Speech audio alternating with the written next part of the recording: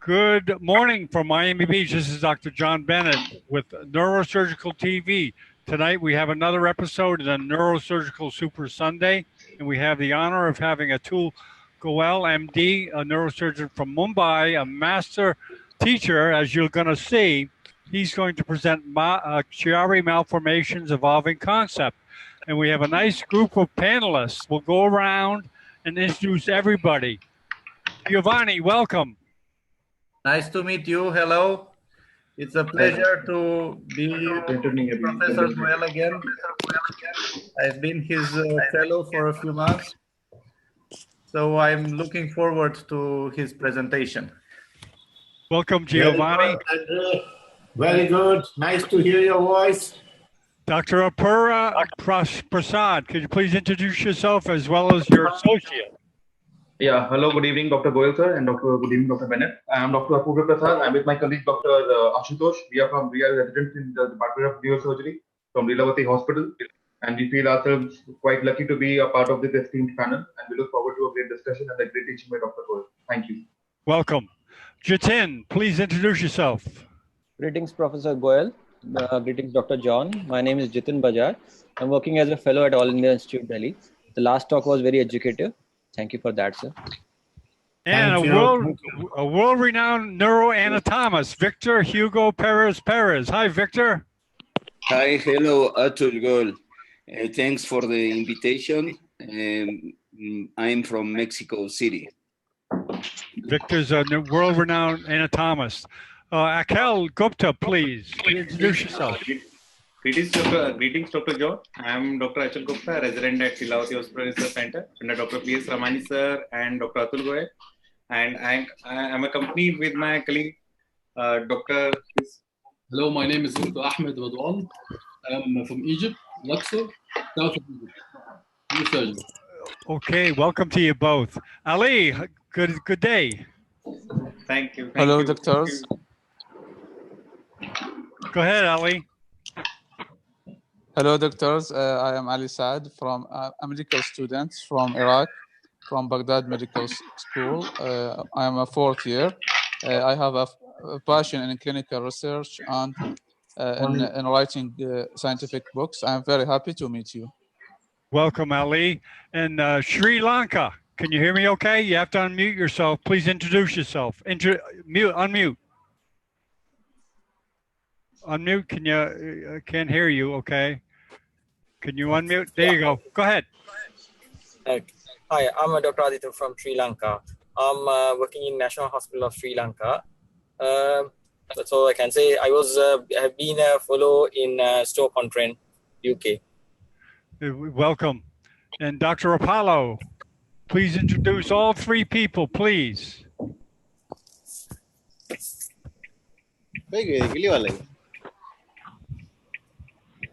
Go ahead.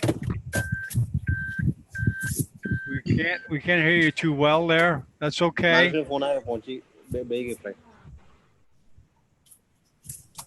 Okay, we'll go on there. We can't hear you, Dr. Apollo. So, well, let's go on. Tejas Veha. Yeah. Hi, Dr. Bennett, and good evening to Dr. Atul Goel, sir. I am from KM Hospital, third year resident, and I'm very proud to be a part of this discussion, and I look forward to a great discussion today evening. And I'm joined by two of my co-residents. I'm Dr. Nilesh, Dr. Shanmugam. Yeah, all three of us are here for an educative lecture today and to gather a great amount of knowledge today. Thank you and welcome. Arjun Dar, please introduce yourself. Good evening. This is Dr. Abhinav from Lilavati Hospital. Good evening, Professor Atul Goel, and good evening, Dr. Bennett. Thank you for organizing this. And we're all thirsty to hear Professor Atul Goel share his experience. And welcome. And Dr. Juma, how you doing? I'm fine. How are you? Can you hear me? Yes, we can hear you fine. Okay. Thanks so much. I am Dr. Juma from Tanzania. It's a pleasure to meet you all.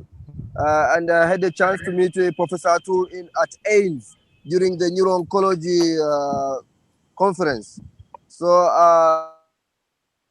from him, and I appreciate this. Okay, welcome, Dr. Juma. And Yogendra, can you hear me okay? Can you introduce yourself? Go ahead. Okay, I don't know if we'll be able to. Abi, can you introduce yourself? Your camera's not on. But okay, we might as well start off. Oh, Atul, welcome and thank you very much. And it's all yours. Okay, gentlemen. I'm very happy to be with all of you. Can you hear me? Say yes. Yes, we can hear you Yes. fine. Yes. Okay, Yes. so I am going to talk to you on a very, very important subject of craniovertebral junction. Craniovertebral junction. Lecture સાંભળું સાહેબનું live આવે. Can you hear? Yes, we just need એમાં to join mute. પણ હું બોલી પણ શકું. We just need to Yes. mute people that are mute unmuted. Okay. Okay, we're gonna get better with this technology. Okay, I think that's better, Doc. Go ahead. We should be all set. Okay, so I am going to discuss with you this wonderful subject of craniovertebral junction. And also I am going to talk to you about Chiari malformation and syringomilia. And more importantly, I am going to discuss the relationship of Chiari malformation, syringomilia, basilar invagination with Atlantoaxial instability. Okay? John, okay? Yes, okay. Yes, okay, sir. Okay. Okay, John? Yes. So craniovertebral junction is a very complex subject. And if you have to treat the problems at craniovertebral junction, you have to really understand this subject.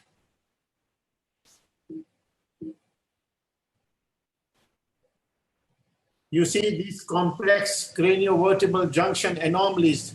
Can you see these complex anomalies? Just raise your hand so that I know. Please raise your hand so that I know that you are hearing. Okay. Okay, John. So craniovertebral junction can present with such complex anomalies.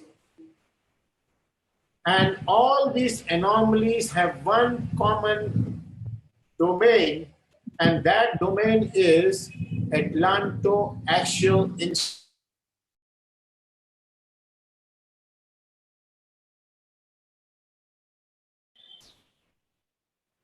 If you have to treat these patients, you have to understand this subject in a very elaborate anatomical fashion, philosophical manner.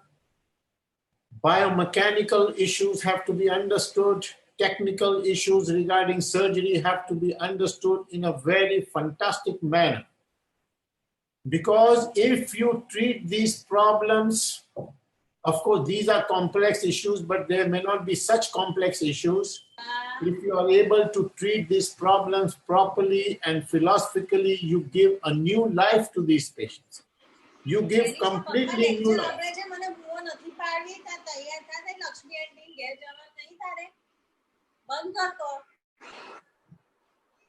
On the other hand, if you are not able to treat these problems properly, and if you create a complication, you create a disaster.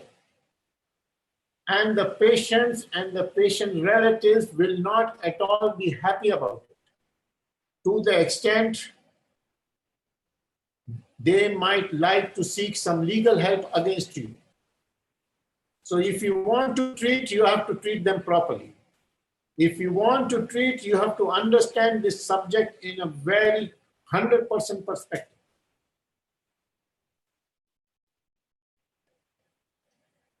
Craniovertebral junction subject has evolved quite radically in the last 25-30 years. This was the only investigation 30 years ago, plain X-rays. Atlantodental interval. This is the anti-arch of the atlas, dents, and atlantodental interval was the only parameter to diagnose atlantoaxial instability. Now today we have these kind of models. You see this model? There is assimilation of atlas. Here is the vertebral artery. There is C2-3 fusion. There is absence of the posterior arch of the atlas. There is some kind of assimilation that you are seeing. The vertebral artery, you can see these models have completely revolutionized craniovertebral junction surgery. You see this model? Can you see this model? This model you can hold in your hand.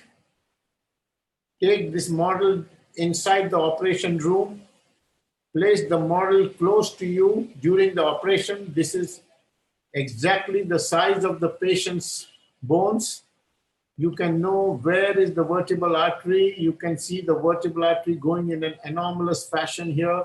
This is the facet of the atlas. This is the C2 spinous process. And you see the vertebral artery going behind the facet of atlas. So this is a very anomalous kind of vertebral artery. So if you have to treat this patient, you have to clearly understand the anatomy, and these models are a revolution, completely a revolution in the investigation of the craniovertebral junction.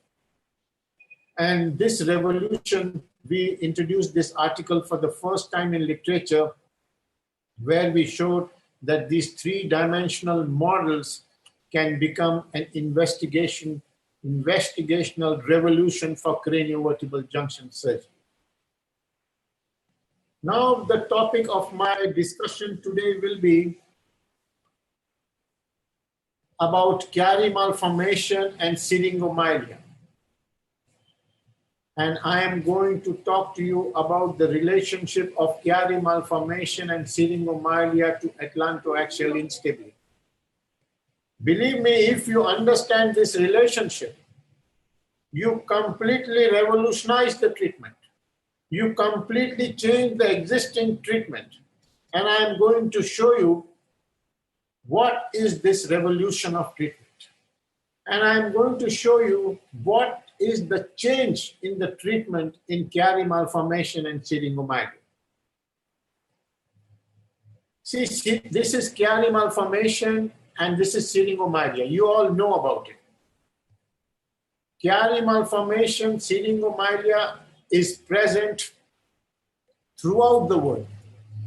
There are Chiari Foundation, Chiari societies, syringomyelia societies, and hydrocephalus society throughout the world. This is a common clinical entity. This is syringobulbia. This is syringomyelia. This is basilar invagination. Now you see this slide, this is basilar invagination. Can you see this? Please raise your hand. Please raise your hand if you can see it. Okay. So there is basilar invagination, Chiari malformation, syringomyelia. So this basilar invagination, Chiari malformation, syringomyelia is a very common clinical triad. Sometimes in Chiari malformation, you can see manifest atlantodental interval disturbance or manifest atlantoaxial instability. This is, of course, not very common, but it can be present, atlantoaxial instability. Many a times, and this is much more common throughout the world, that there is Chiari malformation, there is syringomyelia, and there is no bone abnormality in the craniovertebral junction. This is a very common clinical presentation, that there is Chiari malformation and syringomyelia. So my question is, when there is basilar invagination, when there is bone malformation and Chiari malformation, is this clinical entity different from where there is no bone malformation? So I want to discuss these issues. See, Chiari malformation has been described more than 100 years ago. And nobody really understands what is Chiari malformation. Nobody understands. But you know exactly that everybody knows how to treat Chiari malformation. There are various kinds of treatment of Chiari malformation which range from craniectomy or foramen magnum decompression, foramen magnum craniectomy, removal of arch of atlas. Some people remove the C2 spinous process also, or laminectomy. Several people open the dura. Some people do tonsillectomy. And some introduce dural graft, some introduce metal graft, so on and so forth. So there are hundreds of treatments. Nobody knows exactly what is the right form of treatment, but everybody knows that foramen magnum decompression is the treatment. So that is the existing concept. And I want to introduce to you a new concept. That new concept is, now very carefully see this slide. The slide is Atlantoaxial instability the cause of Chiari malformation? This article I wrote in 2014. This article suggests, is Atlantoaxial instability the cause of Chiari malformation? It means the treatment of Chiari malformation is Atlantoaxial stabilization. Treatment of Chiari malformation is not foramen magnum decompression. Chiari malformation is not a primary event. Chiari malformation is secondary to Atlantoaxial stabilization. So when we wrote this article, there was a huge international debate on this subject. Now, as I develop into this subject more and more, as I understand this subject, as I go into several patients I am operating, I have absolutely no doubt. If somebody has doubt, that he must keep, and I have no problem with that. But I have no doubt that Atlantoaxial instability is the cause of Chiari malformation, and Atlantoaxial stabilization is the treatment of Chiari malformation. And I can introduce to my young panelists one very fantastic concept, and that concept is that foramen magnum decompression is not a good operation.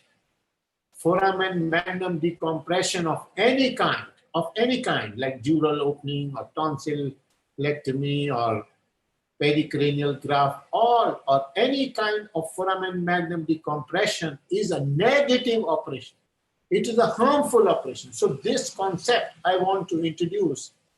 And now we have an experience which, with this kind of treatment, more than 300 cases, fantastic treatment and beautiful treatment. And don't get confused. This is the treatment, and I want to show you my concept. And I want to also introduce to you a phenomena where, just read the title of this slide, is Chiari a formation or a malformation? Is it good for the patient or is it bad for the patient? Is it a pathological entity or a bad problem or a wrong problem? Or is it a natural protective phenomenon? You see, most of the world is confused by this Chiari malformation because many of these texts, they refer it as tonsillar herniation.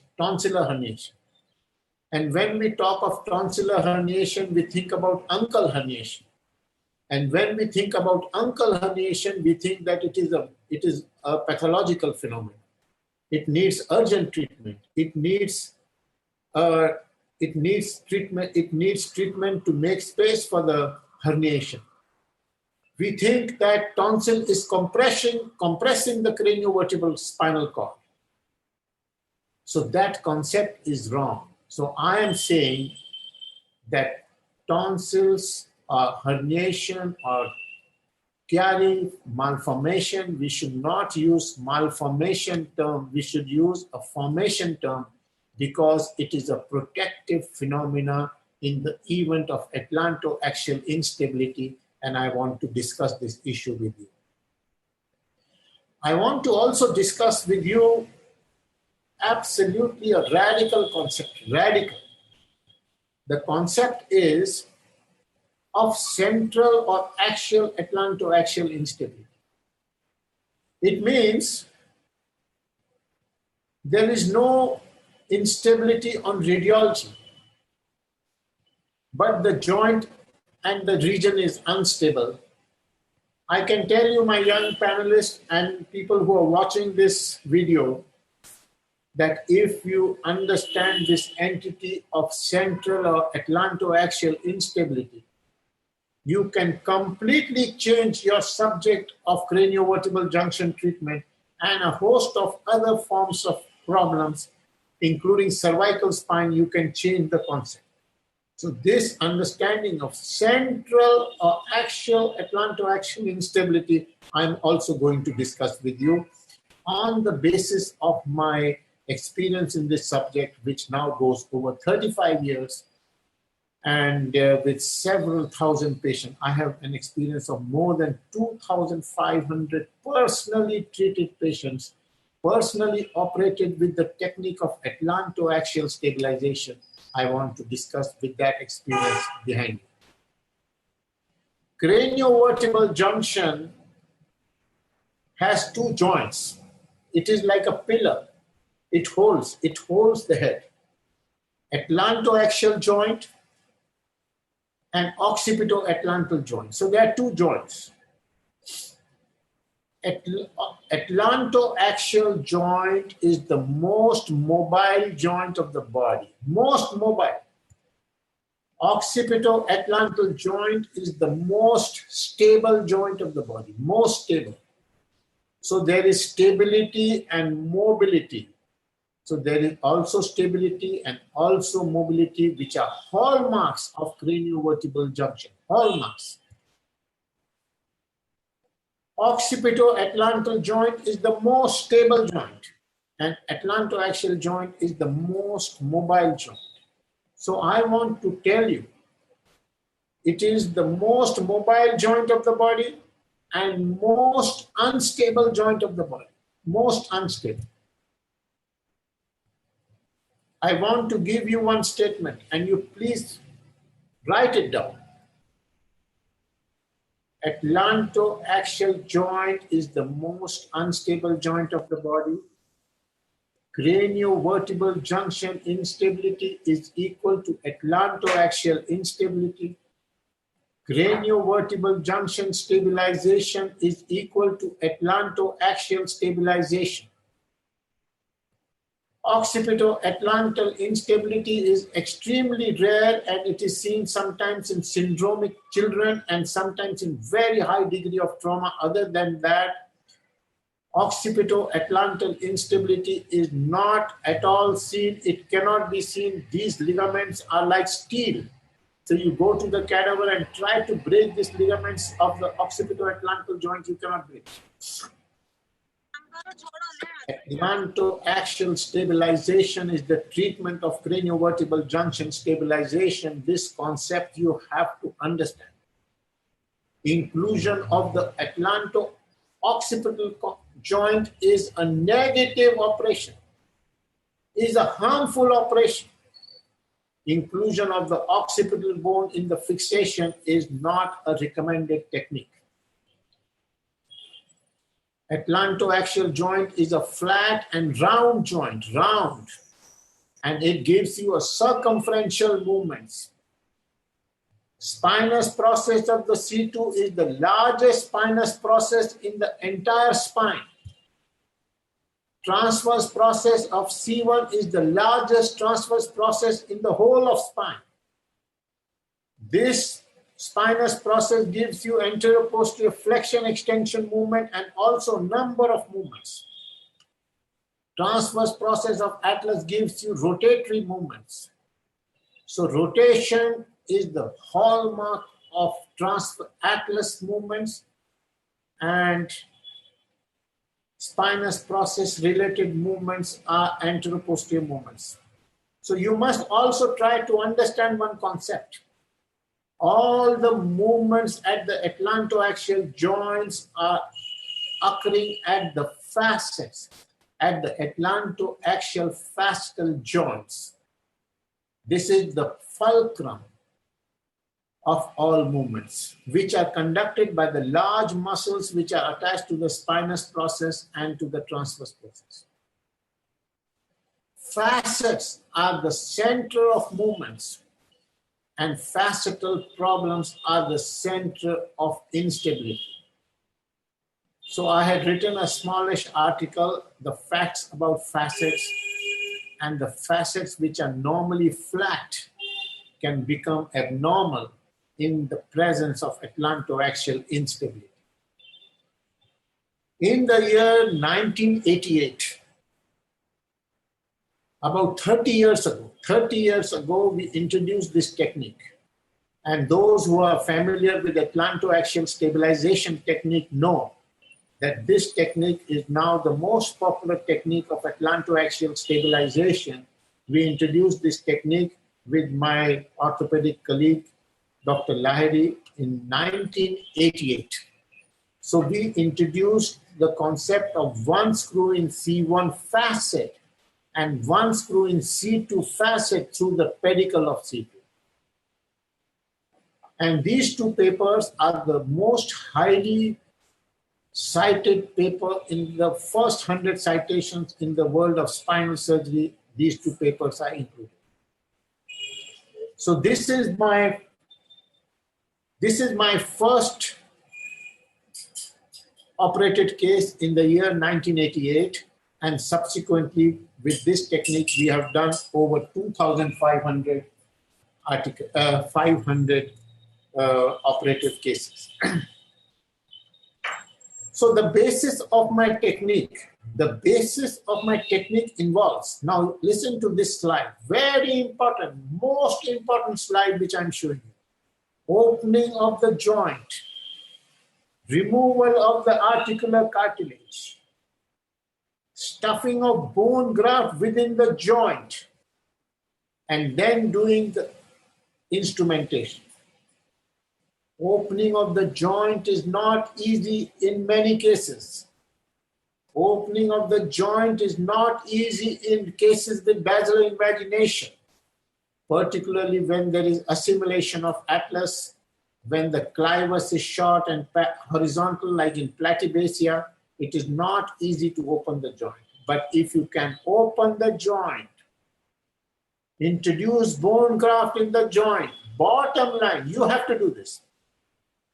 If you cannot do this process of opening the joint, it is not easy. Believe me, it is not easy.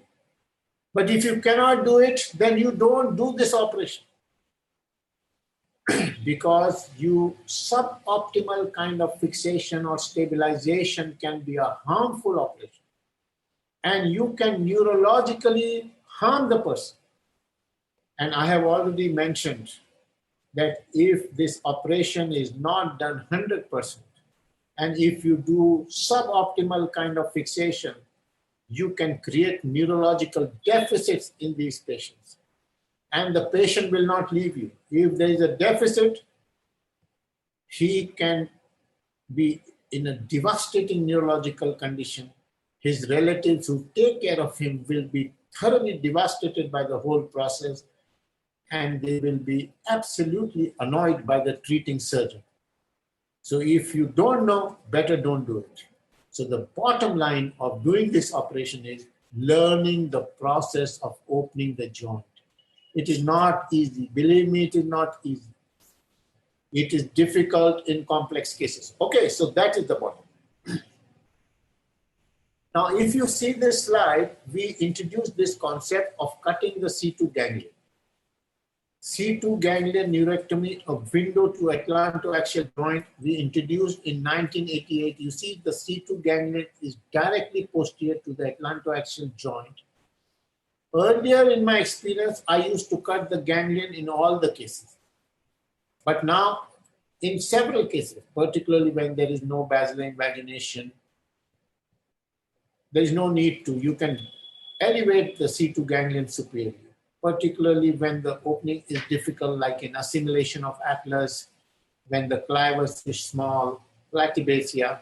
then you still have to continue. You have to cut the C2 ganglion. I have to tell you one very important step. When you are doing C1, C2 fixation, your exposure has to be panoramic or very wide. If you are not able to give a panoramic exposure, your instrumentation will not be optimum or to your satisfaction. And to have a panoramic exposure of C1, C2 joint, if you have to cut the C2 ganglion, which I do much less frequently now, if you have to cut, you cut. But you must remember, lateral to the C2 ganglion can be vertebral artery. So you have to have a wide exposure of the C2 ganglion before you cut it. Vertebral artery is in a very fantastic, in a twist and turn kind of fashion. And several years ago, we mentioned that this vertebral artery has a dynamic kind of situation. So when you turn your neck like this, the vertebral artery moves.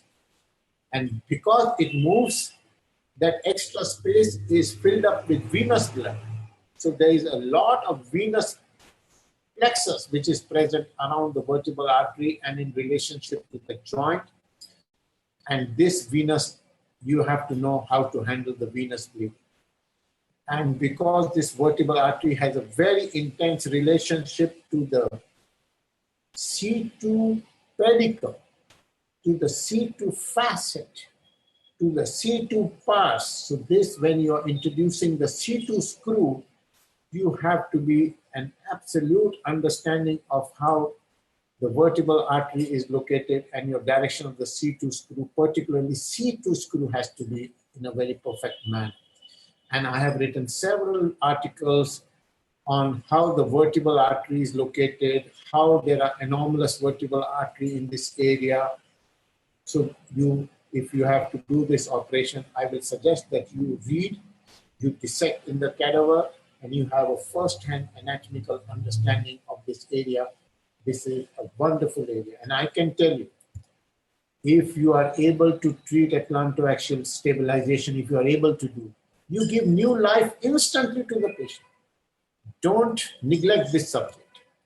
Don't underestimate this subject. Atlantoaxial instability is a common clinical entity. In our domain of understanding of atlantoaxial instability, we are ignoring this subject because we don't want to treat it, because we don't know how to treat it.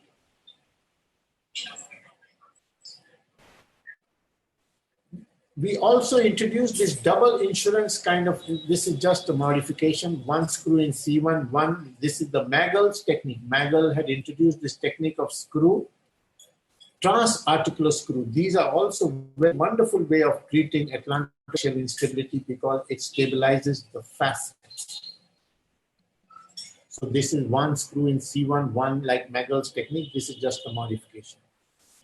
We had also introduced for the first time in the literature in 2004 laminar screws and spinous process screws and spinolaminar screws. Although this screw, they are, has been very commonly used, but they are not, our article has not been given even enough importance. But you go to the literature, you will see that screw fixation in the spinous process in the lamina were first described by me. You see screw in the spinous process. This is very old slide of mine. And I have to tell you that I do not use occipital fixation now. I do not do. We had also introduced this intra-articular spacers for the first time in the literature. Intra-articular spacers for atlantoaxial joint I had introduced in 2004. Subsequently, we introduced intra-articular subaxial fascicle spacers, which I will talk to you later. So this technique of atlantoaxial fixation, I introduced these spacers I call joint jamming technique, and I want to discuss this issue also as we go on in this lecture. Basilar invagination. You see, this is basilar invagination, and this is reduction of basilar invagination, opening of the joint introduction of these spacers, distraction of the facets, has completely revolutionized the subject of basilar invagination. So this is basilar invagination, opening of the joint, distraction of the facet, reduction of the basilar invagination. You see, earlier all these cases were done by transoral decompression. Several people did foramen magnum decompression. So my dear panelists and those who are watching me today, I want to introduce this concept that transoral decompression is a wrong operation. And I want to introduce this concept that foramen magnum decompression is a wrong operation. Realignment and Atlantoaxial fixation is the treatment. Occipito-cervical fixation, is it necessary? I am saying it is not necessary. Inclusion of the occipital bone, you must remember that we were amongst the very first authors to describe occipital screws. In the occipito-cervical implants, we describe occipital screws, we describe C1 facet fixation, C2 facet fixation for the first time in the literature. But today I'm saying that this occipital inclusion is not necessary. I'm not saying it is not necessary. I'm saying it is negative operation. I'm saying it is harmful operation. So this is the concept. So I want to elaborate on these concepts on the basis of my understanding of craniovertebral junction over several years. In 1998, you see this article in 1998, I wrote an article on basilar invagination. In 1998, the concept was basilar invagination, when it happens, there is a fixed atlantoaxial instability. Fixed. Fixed. It is not a mobile situation at all. In 1998, this concept was non-existent. The concept was, it is a fixed anomaly, fixed. And the treatment was, when something is fixed, you do decompression. That was the concept, and I wrote on that concept that this basilar invagination is a fixed anomaly. In 1998, I studied this subject with 190 cases, and I divided basilar invagination into two groups. One group was, this is basilar invagination. There is Chamberlain line, you draw a line, the odontoid process is up, Chamberlain line. There is Weckenheim's clival line, you draw, the odontoid process is up. This is basilar invagination group 1. You draw Chamberlain line, odontoid process is up. You draw Weckenheim clival line, odontoid process is up. So this is group 1 basilar invagination. I suggested in my article that in these cases you do foramen magnum decompression, because the concept was that this is a fixed anomaly. You do transoral decompression. So that was the concept. And the other group was when there is Chiari malformation. We suggested when there is Chiari malformation, this is a fixed anomaly, you do foramen magnum decompression. So this was the concept in 1998, and I presented 190 cases. My concept in this article was that small posterior fossa and basilar invagination were correlated. Small posterior fossa resulted in Chiari malformation, and foramen magnum bone decompression. You see, this bone decompression was the treatment. In this article, we mentioned that foramen magnum bone decompression should be done, and dura should not be open. Are you hearing? Just raise your hand, please. Please raise your hand so that I know. Yeah, very good. Very good. I'm happy. So in this article, for the first time in literature, we mentioned that dural opening is not necessary.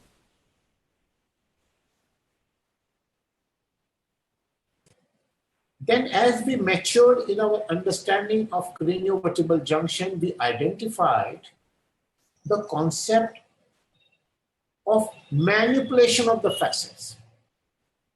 Opening of the joint and manipulation of the facet, and we introduced a fantastic revolution in this subject.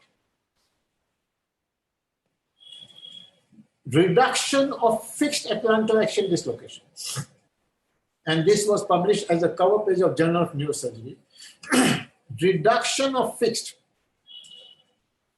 So did you please try to understand that earlier the concept was that there is a fixed atlantoaxial dislocation and you have to do decompression.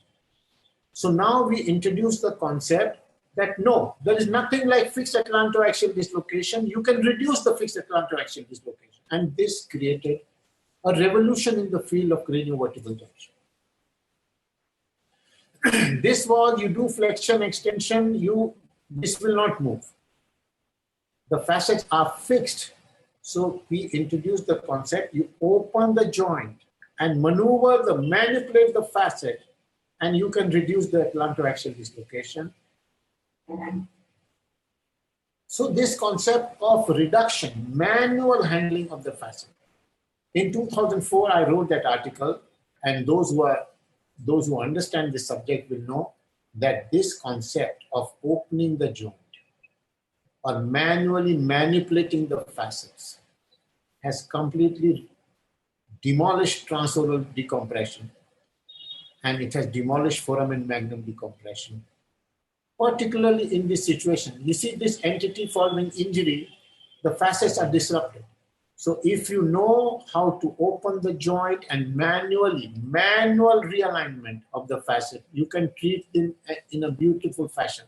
Otherwise, the only treatment was decompression, like you remove the arch of Atlas. So no decompression. So this word decompression has been completely decompressed from neurosurgery. The other clinical entity which was never treated earlier, never, believe me, rotatory atlantoaxial dislocation in this kind of children, rotatory facetal, and this is very common clinical entity. Opening of the joint and manually manipulating the facet has given new life to such children. And we have over the period of time several cases with absolutely complex kind of rotatory dislocations where we have given new life to the people. Not only in the neurological function, but also in the neck function. This person had such a painful kind of torticollis that he had to look up with his hand. He had to put hand up like this, and this pain, he could not do any work, and even he was not able to beg. Begging was not possible for this kind of problem. And we did this manual realignment, and we put the facets back into the shape and did fixation. I have to give you one fantastic concept that you must remember. More than realignment. More than realignment. It is atlantoaxial stabilization which is important. And you can give absolutely new life to this. So we introduced several kinds of dislocation. You see here, this is on extension, odontoid process comes down. On flexion, the odontoid process is going up. You see the neck is completely fused. There is a pan-vertebral fusion. Can you see all the vertebrae are fused? And this is like a piston, flexion, extension. And we introduced for the first time in the literature, vertical, mobile, and reducible atlantoaxial dislocation. Vertical, like a piston, not anterior-posterior, vertical. We also introduced the concept of lateral dislocation in tuberculosis when the arch of Atlas is broken in bifid, so lateral dislocation. Coming back to basilar invagination, I showed you a slide in 1998. I mentioned that there was a fixed atlantoaxial dislocation. One group needs anterior decompression, one needs posterior decompression, and that article in 1998 has been cited around 350 times in Google search, and a very popular article. Now this article of mine in 2004, we discussed a concept that some basilar invagination, now remember this, I suggested, not all. In 2004, I suggested that patients which needed transoral decompression, those patients can be treated by facetal distraction. So treatment of basilar invagination by atlantoaxial joint distraction and lateral mass fixation.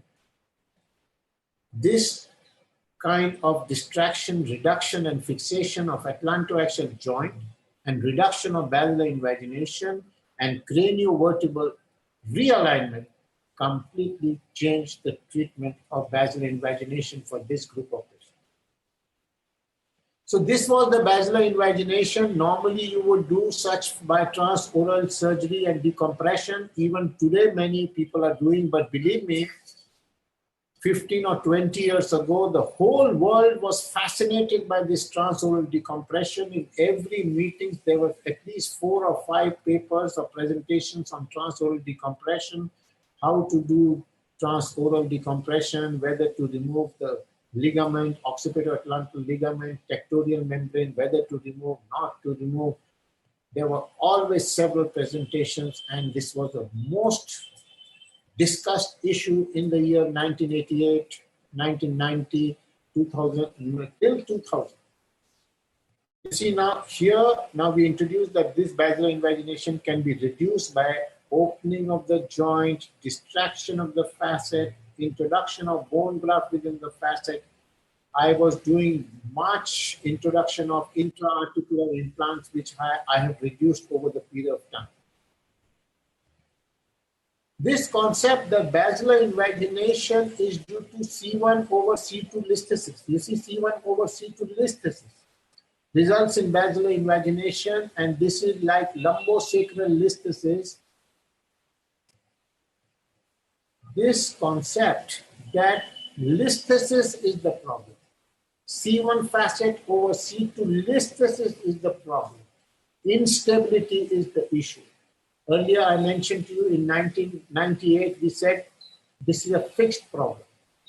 But now, listhesis is the problem, or instability is the issue. Like you treat lumbosacral listhesis, you treat C1, C2 listhesis. In the year 2004, this is 2005 article, we identified that there are several cases of Chiari malformation where there is listhesis of C1, C2 listhesis, and you can do craniovertebral junction realignment in cases with basilar invagination. You see this basilar invagination? There is Chiari malformation, there is syringomyelia. So for the first time in the literature, in 2000 we mentioned that some cases of Chiari malformation and syringomyelia, you can do craniovertebral realignment and you don't need to do transoral surgery, or you don't need to do foramen magnum decompression. You should do craniovertebral realignment in 2005. But in 2004, we still recommended for such patients where there was no listhesis or where there was no atlantodental interval disturbance. You see, atlantodental interval disturbance. Here, there is atlantodental interval. We described that you can do craniovertebral realignment in such patients. But when there was no atlantodental interval disturbance, we recommended in 2004 that you should do foramen magnum decompression. So I was suggesting that there was a group of patients with Chiari malformation or with basilar invagination where you need craniovertebral realignment as where you want to do decompression, so in 2005. But as we went further in 2012, we discussed a landmark article in the field of craniovertebral junction where we said that basilar invagination is always due to atlantoaxial instability. basilar invagination is always due to mobile atlantoaxial joint. So you can see from 1998 where we said that everything is fixed. In 2012, I'm saying that everything is mobile. So did you understand what I'm saying? Please raise your hand if you are understanding what I'm saying. Please raise your hand. Even John, you are enjoying this, it seems, huh? So in 1998, when I said that everything is fixed and you need to do decompression, in 2012, I said everything is mobile and you need to do fixation. Complete radical change in my own concept. In the concept which I discussed, I changed my concept. In 1998, my concept was different. In 2004, my concept was different. In 2012, my concept is different. So instability and basilar invagination are the things.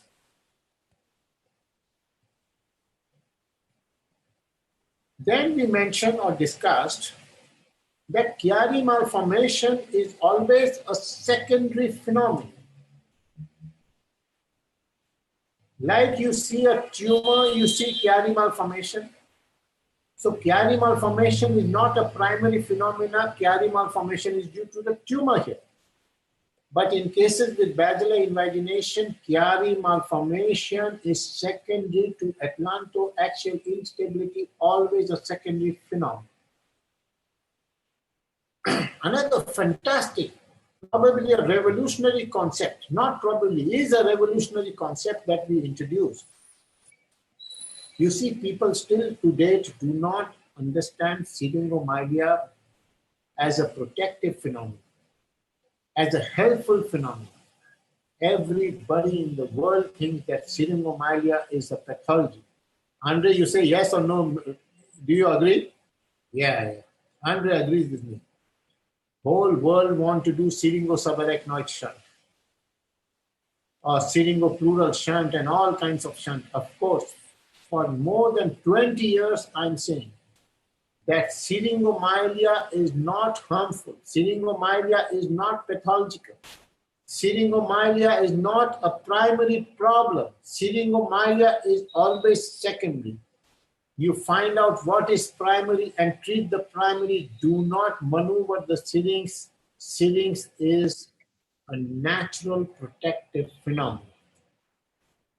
So these are some of my articles, like, is syrinx a pathology or is it a natural protective phenomenon? Long time ago, in 1996, I wrote this paper, 1996 or 97. And I wrote this article in the year 2000.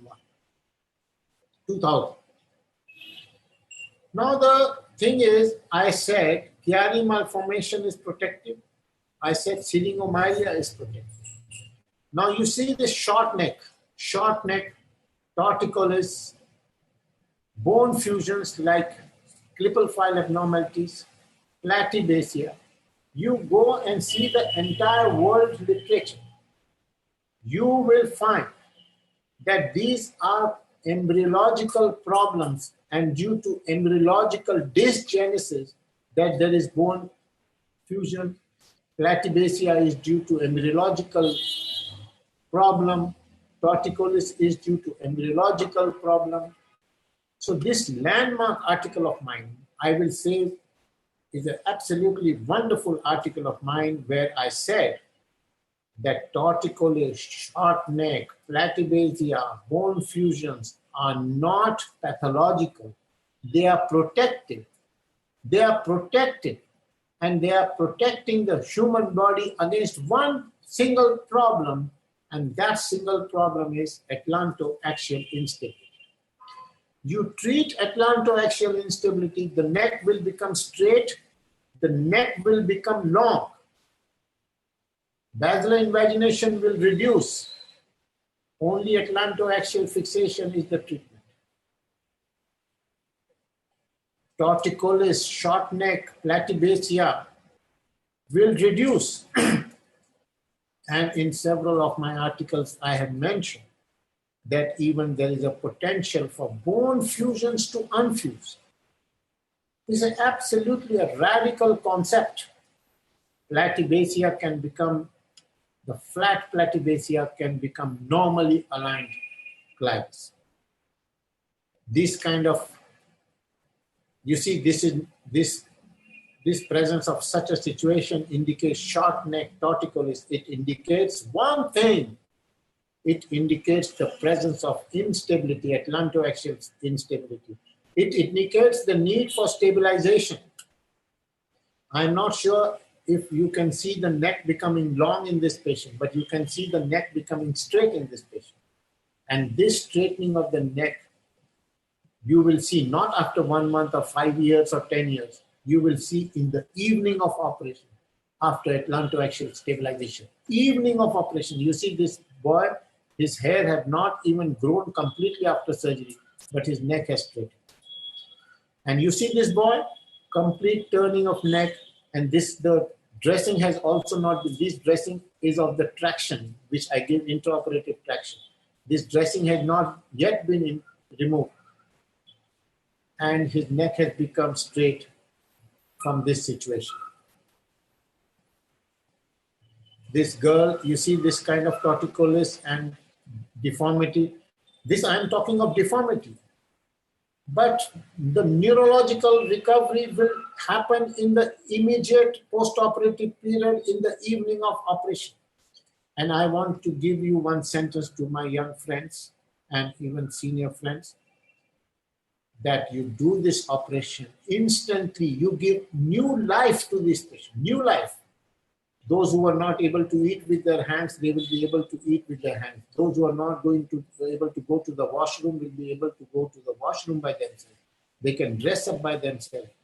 You give new life to this person, but you give new life to the whole family.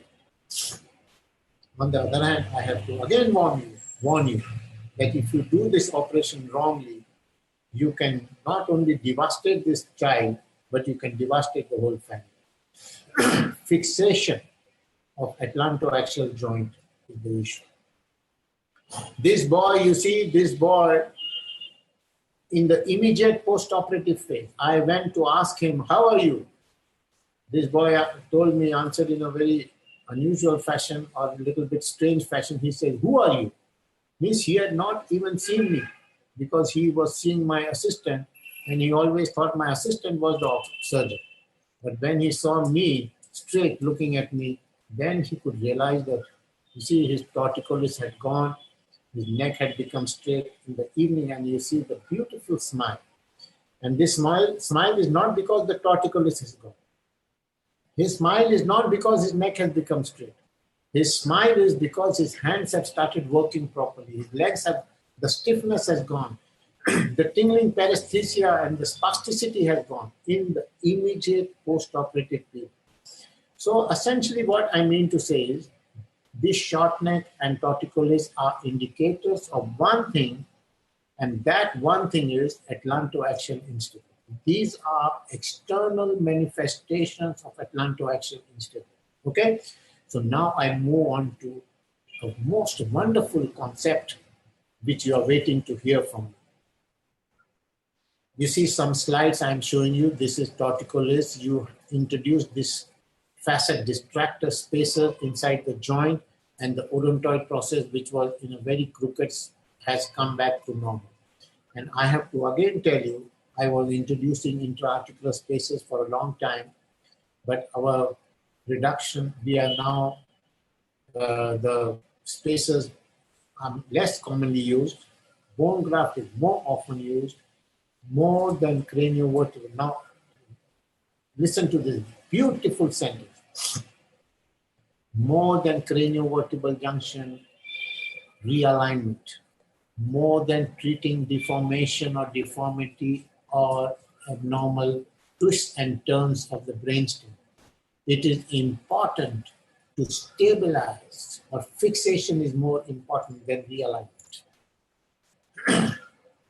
This guy was in a devastating neurological, he's supported to be sitting. He's not able to sit even without his, and you see now I treated him by stabilization. His neck had not completely turned to normal, but remarkably reduced, and he's joined with his family. And this was pre-operative of the same person, and now it has reduced. More important than reduction, it is stabilization, which is important. Bone fusions, you see these pan-vertebral fusions? So what I said was external manifestations, which I said short neck are protected. Torticollis is protective. Now I'm saying these bone fusions are protective and they are indicators of one thing, and that indication of one thing is atlantoaxial instability. You see unstable atlantoaxial joint. And these bone fusions are secondary, long-term shortening, when they're shortening for long term, for 10 years, 15 years, 20 years, they fuse. And they fuse, you see when there is an acute trauma following accident, there is a spasm of the neck, spasm. Because there is unstable atlantoaxial joint, spasm.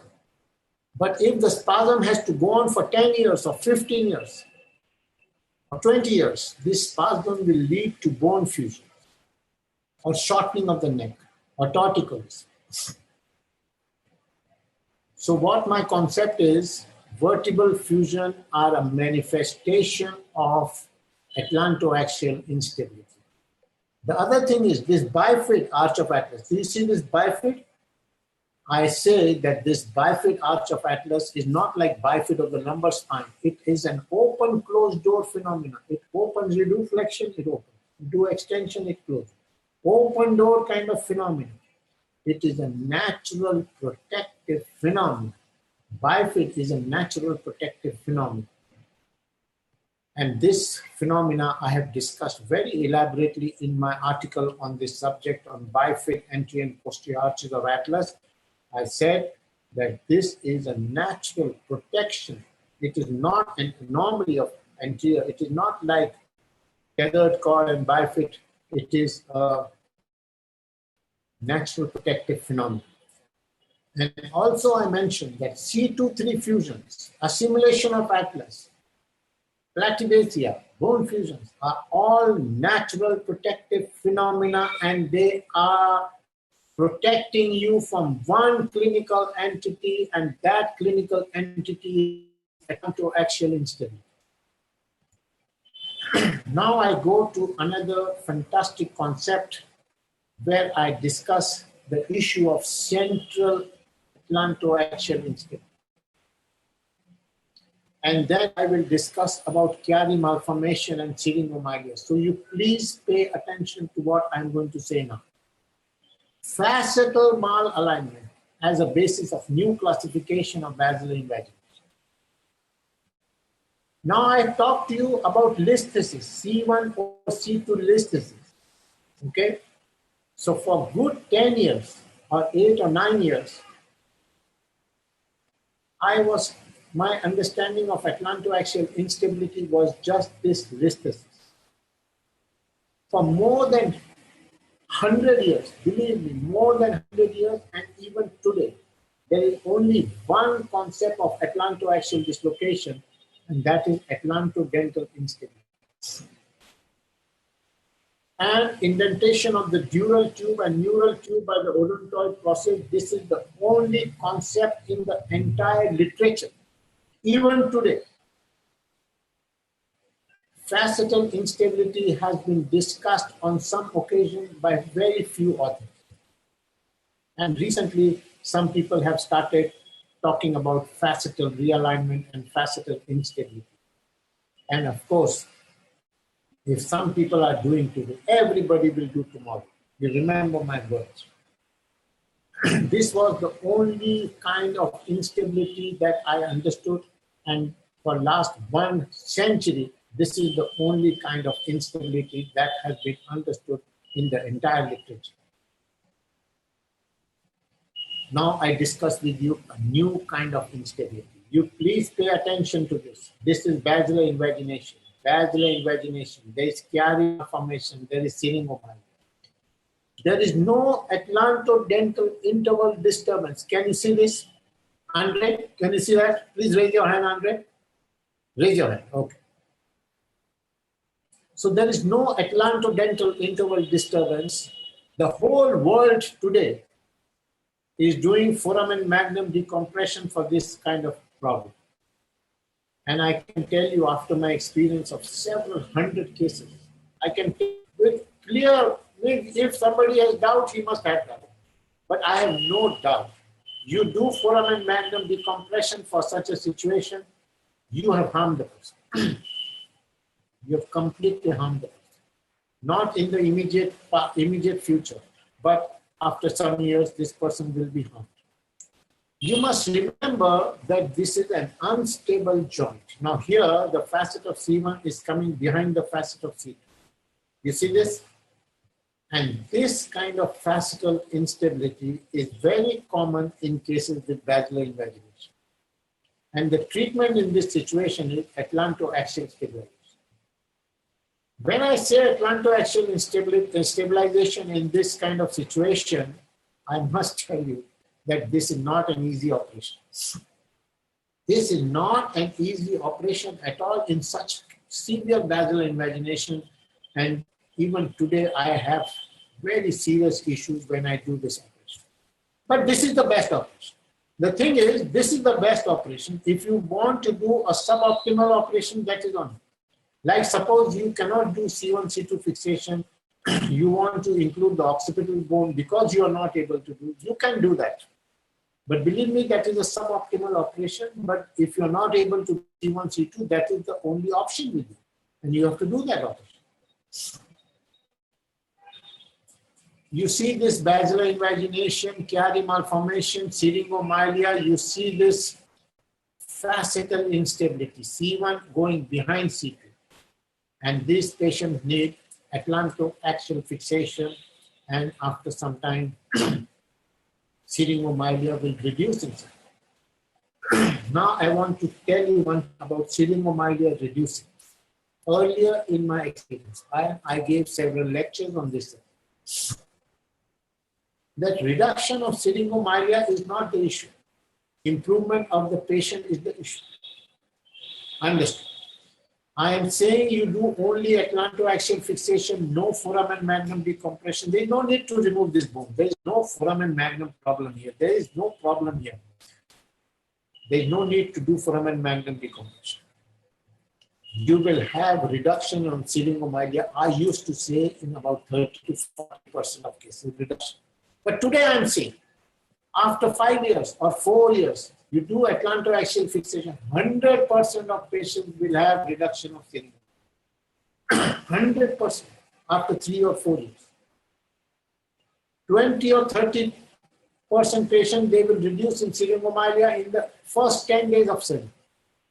About 30 to 40% will reduce in 6 months.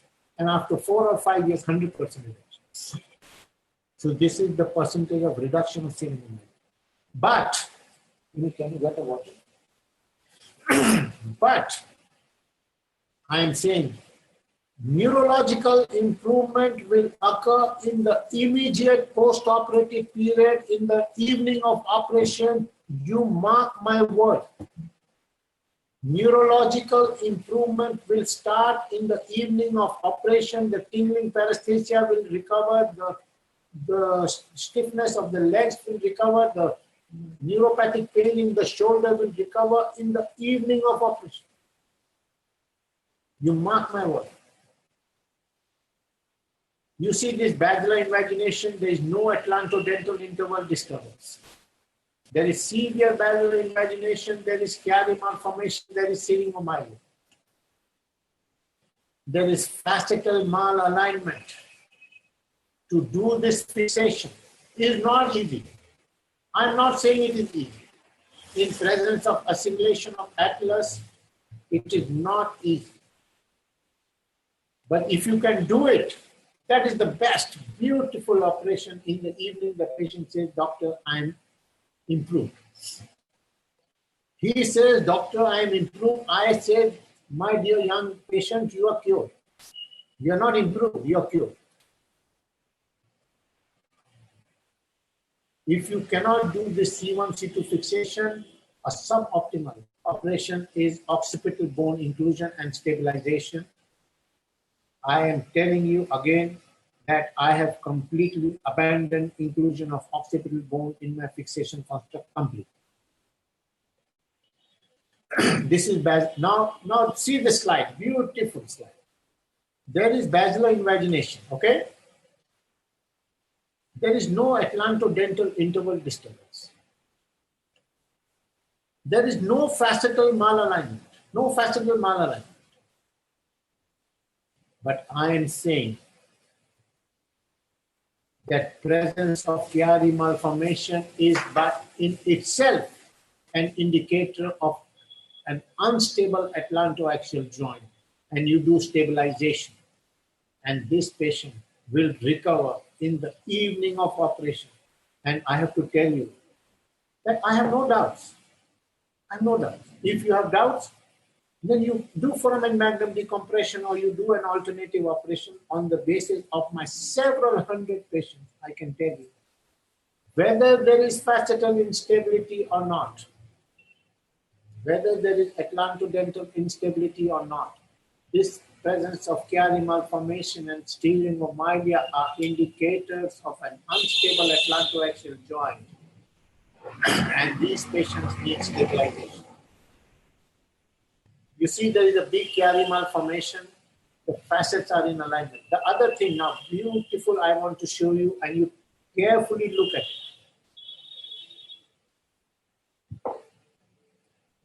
I introduced this concept in 1998 that there is a tight posterior cranial fossa.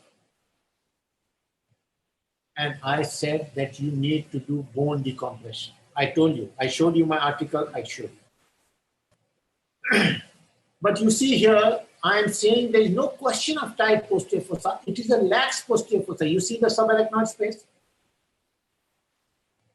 Increased subarachnoid space in the posterior fossa and in the spinal canal, I am saying. This is a revolutionary concept. You please see it. And I want to show you more of these slides. That facetal malalignment is not the issue. It is an unstable facet. You see here, there is syringomyelia, there is Chiari malformation. And I have done only atlantoaxial fixation in the immediate postoperative period. Immediate. The syrinx has reduced in size. And after 3 months, the syrinx has further reduced in size. This is a delayed, immediate postoperative delayed. T2 image, T1 image. There is no foramen magnum decompression. If you see this slide, the foramen magnum is not, the posterior fossa is not tight. There is a lax posterior fossa. You see, it is a lax posterior fossa, it is a relaxed posterior fossa. There is no need to add. The anteroposterior dimension of foramen magnum is increased. The Chiari malformation is a protective phenomenon, and it is protecting you against, you see, there is no atlantodental interval disturbance. It is protecting you against the unstable odontoid process. The body is afraid of odontoid process, and when there is odontoid process problem, the whole body changes. Whole body changes. The neck becomes short, it becomes torticollis, there is fusion of the spine, fusion of the vertebral body, and a host of number of things happen. You do atlantoaxial stabilization, the syrinx disappears, the neck becomes long, the tonsil goes up. Atlantoaxial fixation is the treatment for Chiari malformation, period. You do foramen magnum, oh, I don't know how to do atlantoaxial, you do foramen magnum. Patient will never improve. If he improves, he will worsen after some time. Syringomyelia, Chiari malformation, no problem.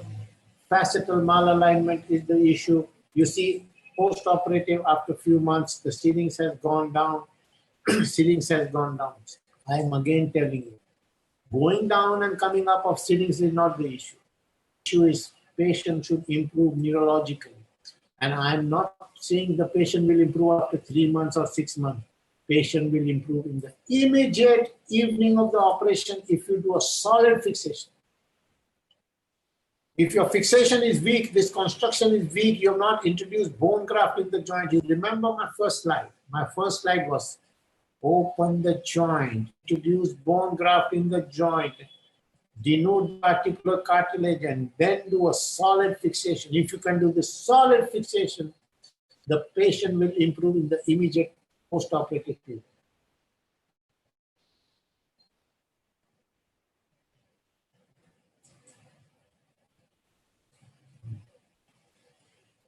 Sorry for that. This was the slide.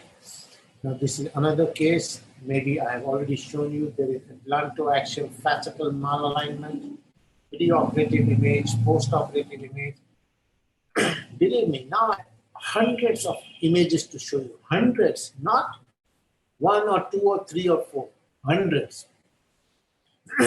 Initially, when I wrote my article, maybe I had introduced a concept, but maybe I was not 100%.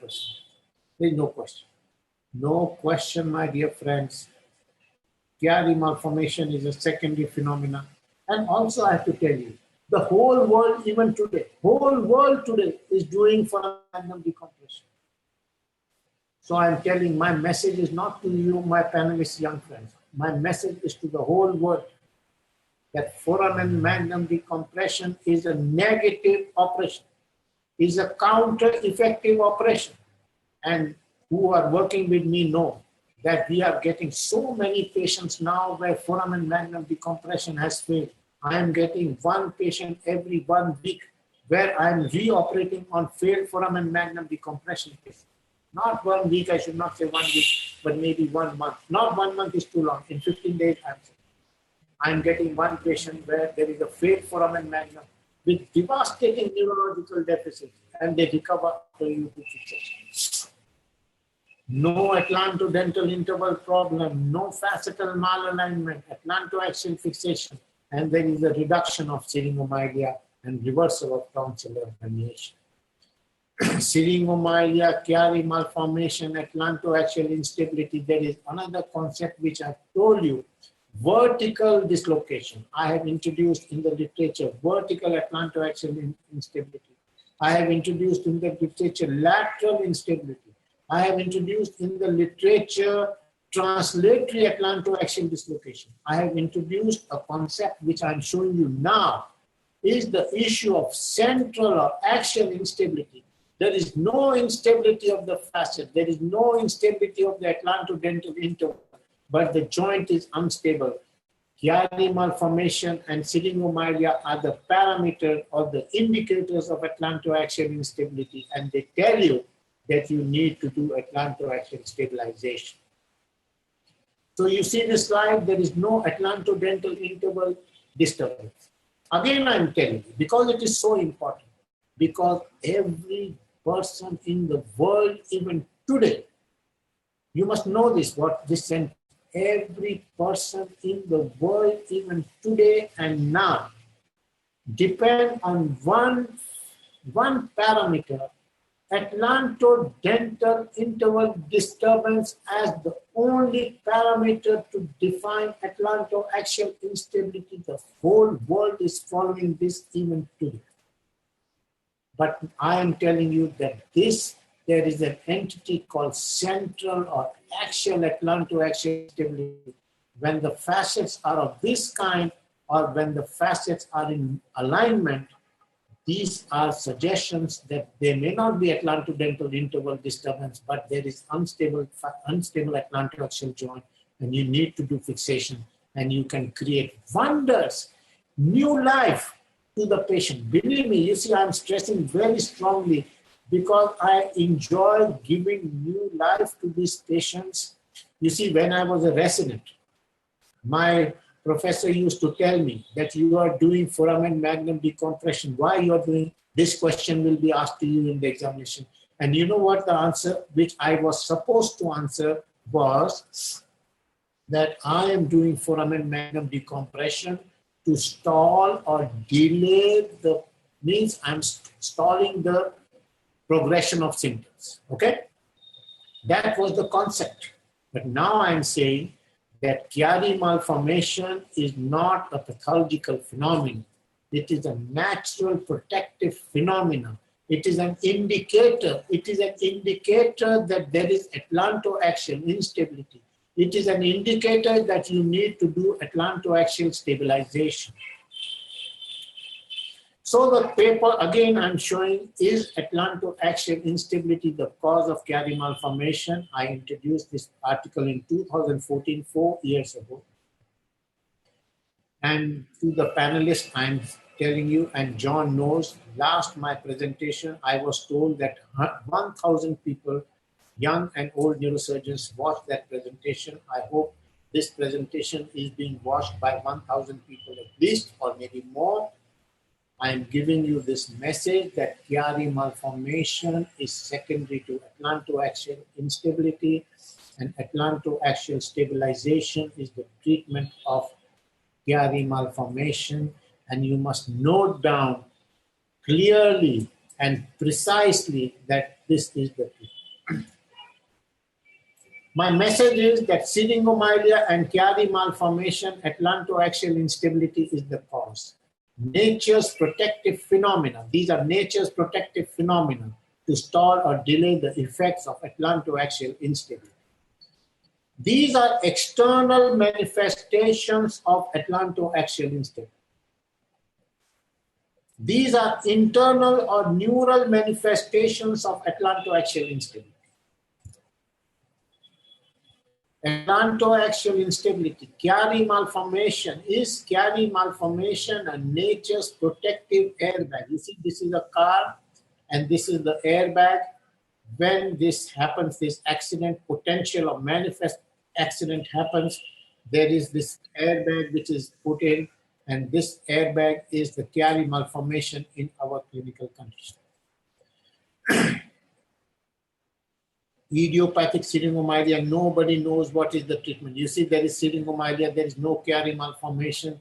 Fascicle malalignment is the issue. Atlantoaxial stabilization is the treatment.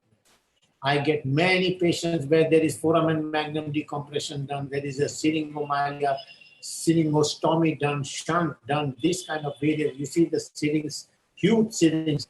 Now, as I mentioned to you, every 15 days I'm operating. Many cases treated by me earlier by foramen magnum decompression. I was doing foramen magnum decompression. I told you in 1998, my concept was foramen magnum decompression. And several of those patients are coming back to me. And I am telling them that I am sorry, what I did was wrong. My understanding has changed and you need atlantoaxial fixation.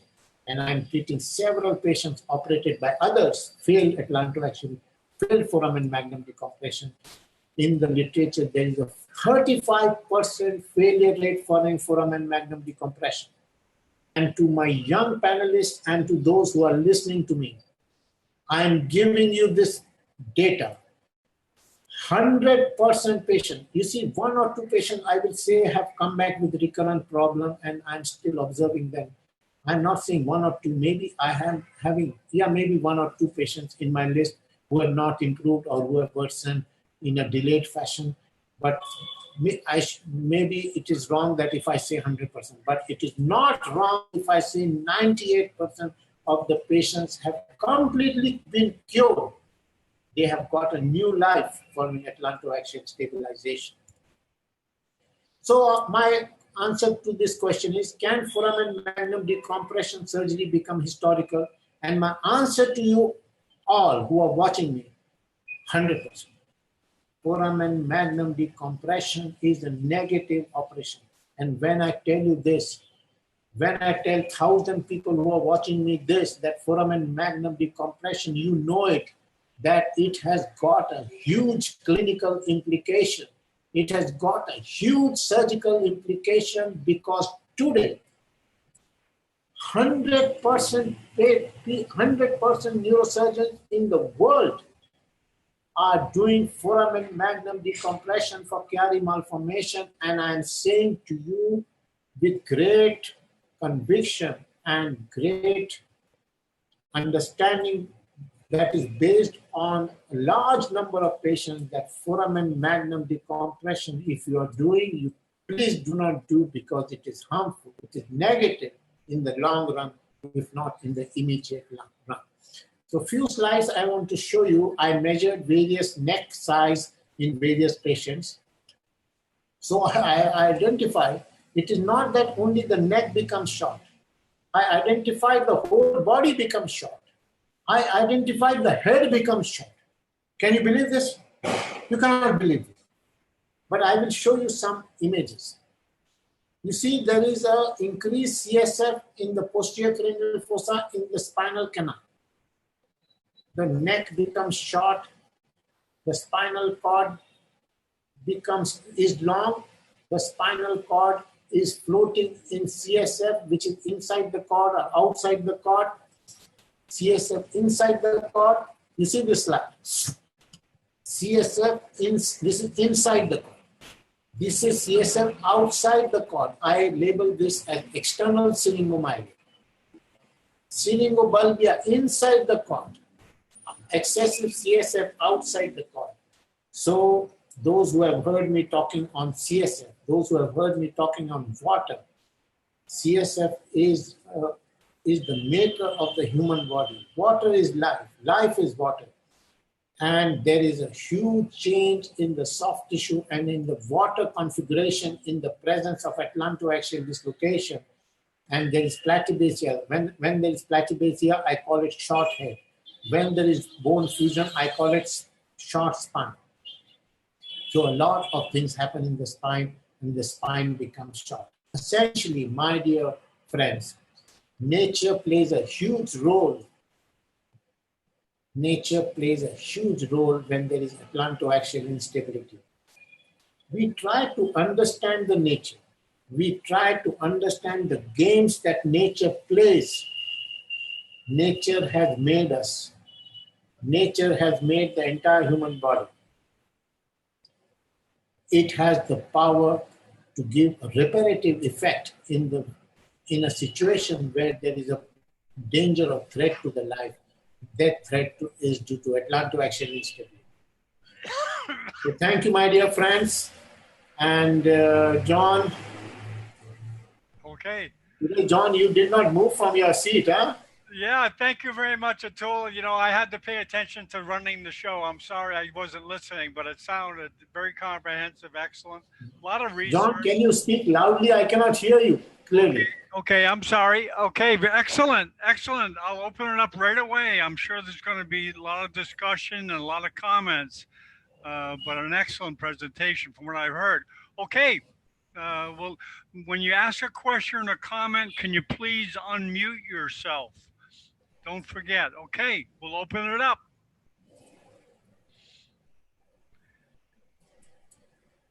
Okay. Okay, I'm waiting for questions. Okay, they'll come. Okay, go ahead, Victor. No questions. Excellent presentations. Congratulations. Thank you very much. Thank you, Dr. Perez. Thank you. You're going to see a presentation by Victor next week on neuroanatomy of the neck, the area you were talking about. Okay. Thank you, Victor. Thank you. Jitin, do you have any comments or questions? No, sir. Thank you very much. It was a very educative lecture. I don't have any questions. Okay. Okay, Giovanni, do you have any comments or questions from Romania? Yes, congratulations, Professor. This was absolutely incredible presentation. What can I say? Seeing is believing. You know, these concepts that you introduced, you are like a god of this craniovertebral field. So you cannot question God, first of all. Then it is very difficult for the international neurosurgical community to take up and to digest all these concepts that you introduced. But I hope in the future, this everything will change. They will understand that this is historical surgery. Decompression becomes historical surgery. And I can tell this because I saw the patients after 1 week, after 1 month. It's unbelievable. So if I didn't see, maybe I would be questioning still. But when I see the results, it's incredible. Bravo, incredible. Okay. Thank you, Andrew. Thank you. More comments or questions for Dr. Goel? Yeah, my name is Enrique Osorio. I want to congratulate Atul. Thank you. Say that it's a great conference. You show us all the new concepts that you developed in the last 20 years. And there are really changed all the concept of these problems of the cranial spine junction. But I have only a question. For many years, we did cranial decompression, and I have many patients operate in this way. But of course, before I didn't see any instability in these patients, but until now, I don't remember to have one patient that come back with instability. Why in some cases you have not instability after cranial decompression because your concept is so clear and the relationship or the cause of the Chiari is the instability. Yeah, Victor, I think, this question has been asked to me by several people in the world. In every meeting, people ask me that we have been doing craniovertebral decompressions for a long time and we get some good results. My feeling is when you do decompression, you take this incision and some pain factor, patient gets, stabilized by himself. And I have written this in my article that when there is an airbag, when there is an accident, an airbag comes in, you puncture the airbag and the person becomes relieved, you see? Means because the airbag is pressing. Airbag is protecting you. But when you puncture the airbag, the person gets relieved for some time, but he has lost his airbag. If you see the entire literature, as I mentioned, about various people have done this decompression and various people are still doing today, not various people, everybody in the world is doing. There is, if you see, I have seen the literature and you please see the literature, there is at least on an average 30 to 35% failure rate for foramen magnum decompression. And there is more than 50% failure rate following syrinx drainage. Syringostomy and syringopleural or syringosubarachnoid shunt, there is 50% failure rate in the literature. And I am saying, do not touch the syrinx. Do not touch the Chiari malformation. And I am giving you my percentage of recovery. I said 100%, but I was a little bit hesitant to say 100%. 98% I'm saying. And you see, I am working in a public institution. People are watching me. I cannot, and many fellows like Andre has been with me. There are some Iraqi doctors on your panel today who have been working with me. And my own students, I cannot say to my students 100%, and my students will laugh at me if they are seeing complications for themselves. There are some 10 students of mine on your panel today. If I say, no, my patients improve, and they see patients worsening, they will start laughing at me. Okay, thank you. Okay, excuse me, Dr. Goel, could you please get off the screen share? Click on the stop screen share at the top of your screen. It says you're still sharing the screen. So just, there we go. Okay, very good. Okay, now it says, okay, further questions or comments from the panelists for Dr. Goel? Yeah, I'm from Adi from Sri Lanka. Thank you for the Arjun, do you have a question? Dr. No, I think Arjun. someone is asking a question. I think Arjun. Yeah. Okay. Go ahead, Arjun. First of all, I would like to thank loudly. I would like to thank you, sir, for such a wonderful talk. This subject of craniovertebral junction is mystifying, yet how you unravel the mysteries of this subject is really a marvel, sir. I first of all congratulate you, and it's my heartiest wishes for this success of this program. If we are able to, I think, in depth and in detail describe the dynamics of how by our method of stabilization trying to mitigate this problem in Chiari malformation, probably that will be a big boon for the society as well as for our whole scientific community. So I've just because I'm seeing the results myself, and I'm truly blessed to be with you right now and see the results myself with my own eyes. So thank you, sir. Thank you, Arjun. Thank you. You know, I have a question or comment. This is from, I'm not a neurosurgeon, and I didn't totally listen to everything because I was busy running the show. But foramen magnum decompression, is that the status quo treatment for Chiari? Right now, the most commonly accepted treatment?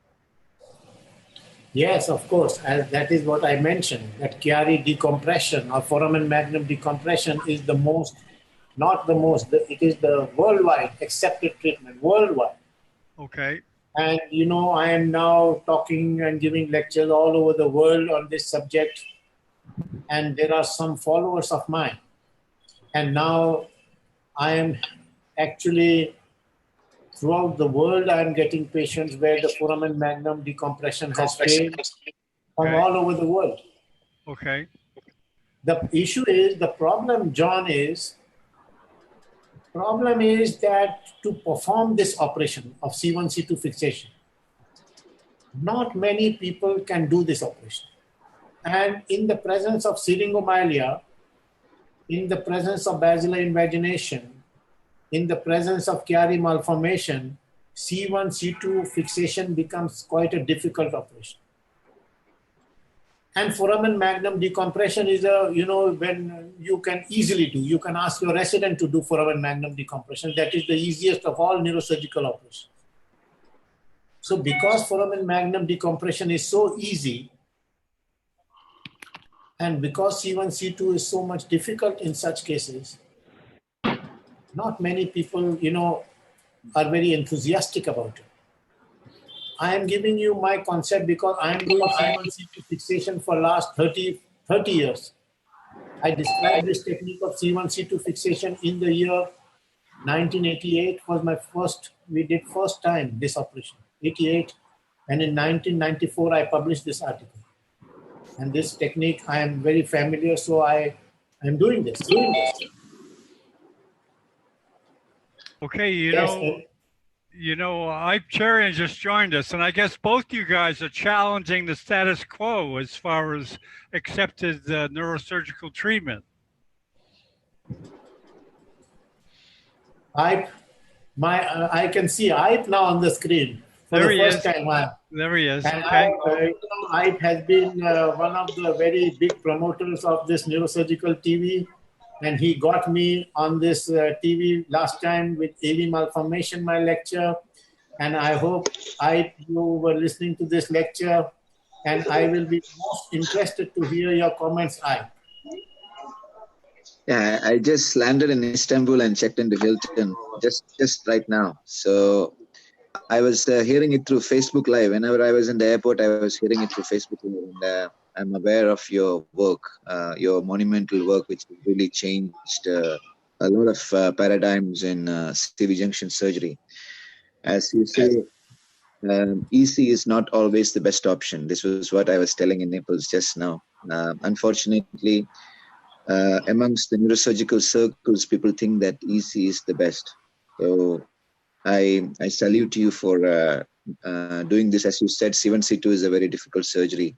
I mean, with the O-arm and everything, we're just about to perform this, but kudos to you for doing it without anything. I mean, I have heard that sometimes you don't even use the CM. You're so sure of the. I've heard from people how sure you are of your landmarks. So I very much understand how you are trying to change and how people are resistant to change, especially because it's a difficult surgery. But I'm sure the world is already changed. People are definitely doing. I was with Roy. Roy is one of the first proponents of the Goel's technique, and I'm sure the rest of the people will also get trained to it. And it's an honor to have you on Neurosurgical TV. Thank you. Thank you, Raj, for getting me on this show. And you mentioned last time there were 1,000 people watching. Is that correct? Yes, the viewership goes to much more than that. In 1 week or something, the viewership goes to much more than that. Yeah, we especially reach areas which neurosurgeons and residents have a hard time getting to conferences. Matter of fact, someone from Romania remarked to me today that they're able to get to, things that are going on in neurosurgery because they can't travel. So, okay, any more questions and comments from the panel? Here, I noticed you just came in. Are you flying in from yeah, hi. From Naples? I'm on a transit in Zurich and on my way to Calgary now. We'll catch a flight in an hour. Oh, okay. Well, that just shows you the value of this kind of technology. Yeah. You can participate in something like this from the airport. Yes. I would like to welcome Dr. Atul. We have never spoken before, but initially I contacted him and we had a talk over email. So welcome, Dr. Atul, on this platform, on this Neurosurgical Super Sunday. Yeah. Thank you. You're welcome. Okay, and more comments and questions from the panelists? Hello, thank you, Come on, sir. I can see some hands. Go ahead. Yes, thank you, sir, for making us understand such a beautiful concept in such a systematic manner. And we are truly blessed to be witnessing day-to-day routine all the such difficult cases, and patients definitely improving on the same day after the operation, and definitely it's just like magic in your words.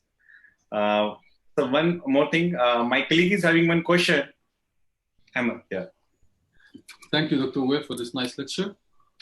I have seen the results myself, so I have no doubt at all. But I just have one question. Yeah. Okay. Go ahead, please. The concept is that when there is instability, Chiari is always there. So what is the mechanism? What is the pathogenesis of how it occurs due to instability, and the pathogenesis of how does it improve after C1, C2 fixation? The mechanism. See, now this question that you have asked me about how this happens. Now, Chiari malformation, syringomyelia, all these complex craniovertebral problems are long-standing issues. You see, if there is an acute trauma, that is a different issue. But if there is a long-standing, I sometimes say that atlantoaxial instability happens inside the embryo, inside the fetal, when the person is in the fetal stage, or in early infancy. Sometimes I say that there is an atlantoaxial instability when the child is being delivered from the mother. Sometimes when the child is being delivered, you use forceps, and in India and other less developed countries, you use all kind of maneuvering to bring the child out. And also there is a malnutrition in the child, and you can injure the neck. During that time, also there can be a problem of instability which starts. And then you can have a complex of, I don't call them anomalies anymore, like craniovertebral anomalies. I don't call it, because that is a wrong terminology. I don't call it malformation. I call it formations. I don't like to call Chiari malformation. I like to call it Chiari formation. I don't like to call craniovertebral anomalies. I like to call them craniovertebral alterations. So all these alterations which occur are all secondary and protected. But I have to also tell you that in the Western world, in America, in Germany, there are societies with Chiari Malformation Society, which in England, there is a big Chiari Malformation Society, and I am going to give a lecture in July on this subject. Chiari malformation, syringomalia are worldwide common. In our less developed countries, basilar invaginations and short necks are quite significantly more common. But the bottom line is atlantoaxial instability. You stabilize the atlantoaxial joint, you give new life. So my plea is in my several articles I mentioned, you change the terminology. Don't call it Chiari malformation. You call alterations or formations, because these are divine interventions. These are protective, natural maneuvering that the body is. And the most important and the most relevant thing is you do atlantoaxial fixation. In the evening of operation, short neck will become long neck. Torticollis will recover. In the evening, in the next day of operation, if you do MRI, I will say in 10% or less, not 10%, maybe approximately 10% or maybe 7%, you find the syrinx going. On the next day of operation, you have not opened the dura, you have not touched the syrinx. You do MRI after 1 year, I will say about 60 to 70% patient, the syrinx will go, the tonsil will go up, and the whole neck will be reformed. I have said in my lecture, and I say that again, that it is not that syrinx going is a very important issue. I am not saying tonsil going up is the important issue. I am saying that the patient should improve in the neurological function, and that I am saying 100%, not 99%. If you do atlantoaxial fixation properly, 100% patient will improve in the evening of operation. The problem is to do a solid atlantoaxial fixation is not easy. That is the problem. Particularly in the presence of Chiari malformation, particularly in the presence of syringomalia, particularly in the presence of basilar invagination, to do atlantoaxial fixation is not easy. And I can also tell you, those who can do atlantoaxial fixation will instantly say, yes, Dr. Goel, you are right. And those who cannot do atlantoaxial fixation will start arguing with me, no this, no that, no this. Of course you should argue with me. Of course you should not believe in my concept. Like I has introduced some very important concept in head trauma. People will say, I don't agree with you. Okay, you don't agree with him. But I am saying what I am saying, and I am having no doubts on the basis of not one patient, not two patients, on the basis of now hundreds of patients from throughout the world. I am having patients coming from US to me, coming from various other countries to me now, because foramen magnum has failed. And if you have a controversy in your own mind, you please have your controversy, because for 1 century, we have been doing foramen magnum decompression. The whole world is doing foramen magnum decompression, easy operation, good results, little bit here and there. You go on believing what you're saying. But what I'm saying is, you please change. That is what my plea is. You may not change. You may not agree with me. Don't agree. That is on you. What do you say, Ike? Okay. Go ahead, Life. I think you're muted. Okay, let me unmute you. I hold on. Okay. Dr. Apollo, do you have a question or comment? Can you unmute yourself, please? Dr. Apollo, can you hear me? Yeah. Go ahead. Go ahead. Can you hear me? Yes, we can hear you. Sir. Thanks for the mesmerizing presentation. One thing I want to, as your most important comment was, there is difference in difficulty level when you do atlantoaxial fixation for atlantoaxial dislocation and for Chiari malformation. So for young surgeons who are listening to you, can you suggest some adaptation which we required for atlantoaxial fixation in case of atlantoaxial dislocation and Chiari malformation? That's the only thing. If you could suggest something now for the I will give answer to this question. See, one thing I must tell you, that this is a difficult operation. I can give you a message that there is no shortcut to this technique. You want to do a suboptimal technique, like you want to include the occipital bone in the fixation. If you cannot do C1, C2, then of course occipital bone inclusion may be okay for you. But that is a suboptimal method of treatment. If you are a young surgeon, you have to learn this technique. You have to go to cadaver lab to understand the vertebral artery anatomy perfectly. You have to understand the biomechanics of the craniovertebral junction perfectly. Because my first sentence in my today's lecture was, and I will repeat that, it is a complex subject. You do a good operation, you give a new life to the person. You do a wrong operation, you devastate the person and that family will sue you tomorrow, after 2 days. So there is no shortcut here. If you are young, you please become old. Young and old is not the answer or question. I did this technique when I was in 1988, 30 years ago. When I was hardly, I'm not very old even now, for your information. And I don't like to call myself old, no question, what old. You see, I'm a young, he's calling me old, this gentleman. What old and what young? Patient is a patient and patient has to be treated properly, fantastically, after proper training. If you are young, if you are ambitious, if you are enthusiastic, if you want to learn, you learn on a cadaver, you go in a cadaver lab. If you're having problem in cadaver lab, you come to my department. I will show you over a period of some time how to do it. But then you have to learn yourself, anatomy, more cases, gradually, surely, definitely. And you have to be 100% when you start doing. And there are several people in the world who are doing this technique of mine, which I described. Whole world is doing. So you also become old and you also become mature.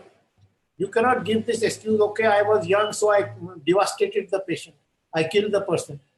You cannot give this excuse because this is a complex operation. But of course, if you do first time, you cannot be blamed because anyone who wants to be experienced in this has to do first time. But do it properly and do it after learning it properly. I believe Dr. Apollo's group has a question. Do you guys have a question, Dr. Apollo? I can't, not really hearing, not hearing you. Loudly. I can't hear you. Is your audio working at all? I don't think it's working. Okay, I'm sorry. If you text me the question, I might be able to answer it or ask it. Go ahead, try to talk. No, the audio is definitely not working. Okay, I'm sorry there, Doc. Okay, more comments or questions? Go ahead, Dr. Apura Prashad. Go ahead. Hello, good evening, sir. As usual, a phenomenal lecture and just mind-blowing. And there's definitely no doubt about this technique of yours, which you have mastered and you have taught to so many people. I myself assist you in the afternoon and inform in the evening that the patient is remarkably improved. And these are two words, remarkably and improved, which are consistent in all the patients. So that itself gives a very good feeling when I see the patient post-operatively. If you allow me, sir, I have two questions. One is my own, and one is a question which I have got on my phone from one of the fellow person who was watching it on Facebook Live. So what I want to ask you, sir, is that you have clearly demonstrated that triple file anomaly and short neck, these are all external markers of instability. I just wanted to know your opinion on the patients with Down syndrome. I remember you once told me that with your current concept, you said that now there is nothing called as a syndrome. So occurrence of an Atlantoaxial instability in Down syndrome patients and their management, I would just like to have some words from you. This is the first question. See, there are many syndromic issues which are, can lead to multi-level ligamentous laxity and multi-segmental instability.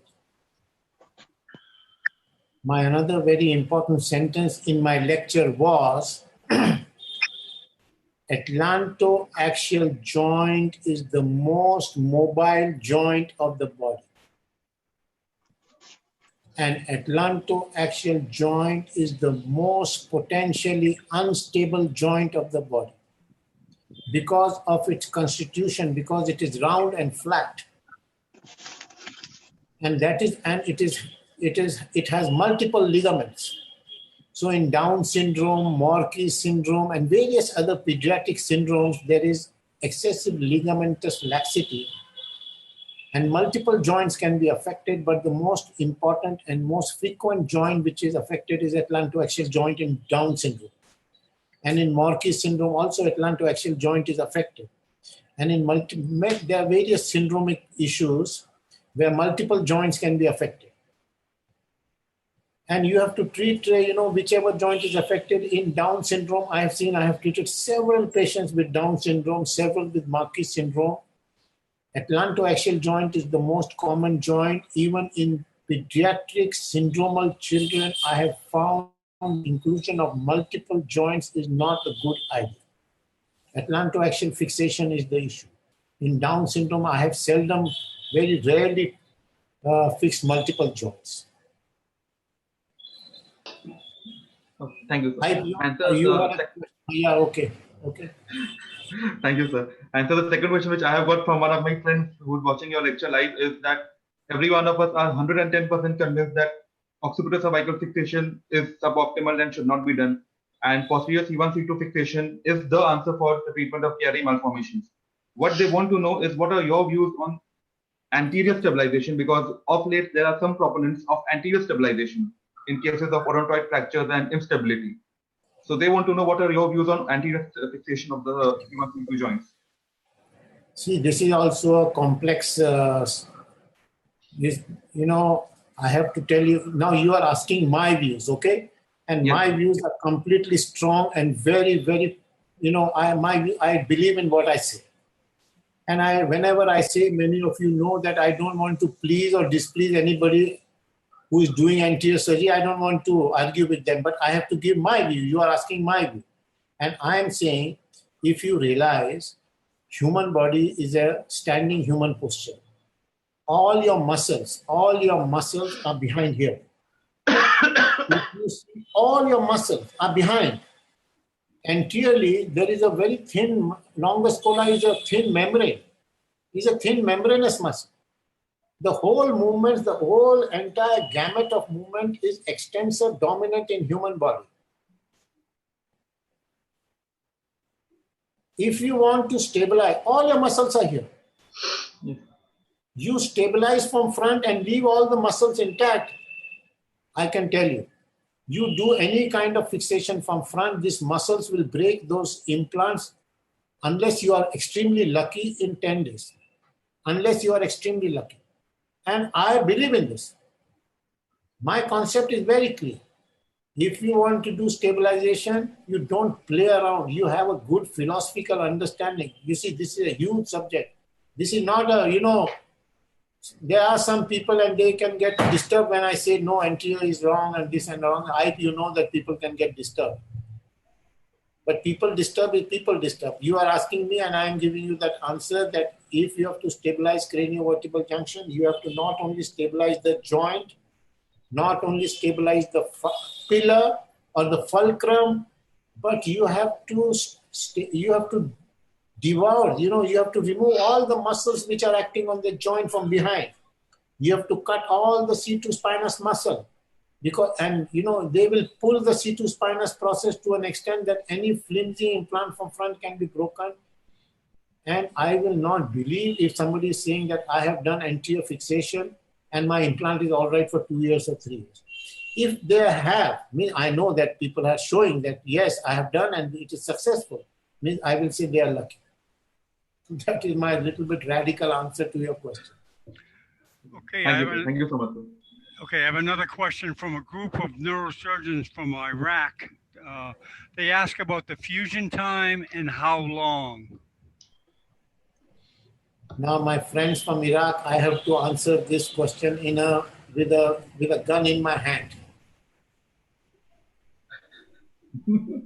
It takes about, if you have, it is very important question, I must say.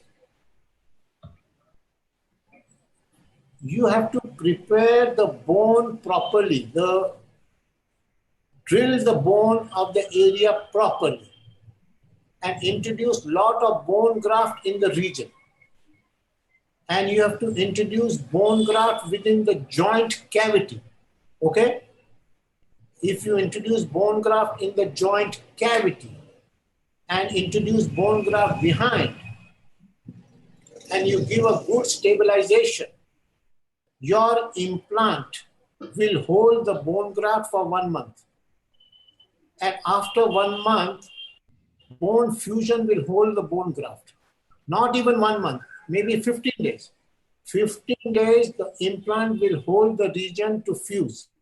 And after 15 days, the bone will hold the implant. Implant has no role after 15 days. Did my Iraq friend get my message? Say yes. Raise your hand. Raise your hand. Yeah. There they go. They got it. They got it. Thank you. Okay. You have a question? Let me unmute Ipe. I think I may have muted him. Okay. Unmute. Okay, Ipe. Do you have a question or comment, Ipe? A further question or comment? Yeah, I mean, I just want to reiterate the fact that neurosurgery is not an easy specialty. So anything which you introduce, if you introduce something so easy and terrible, such as decompressive hemicraniectomy, it will stay for 100 years. Like foramen magnum decompression, I mean, a vegetable market guy can do it. So a vegetable seller can do it. It's the same with decompressive hemicraniectomy. But if you introduce proper neurosurgery into the community, I mean, people will be fighting about it for 10 years and talking about p-values. So I completely understand and I completely salute the work that he's been doing. And C1C2 is a really difficult surgery.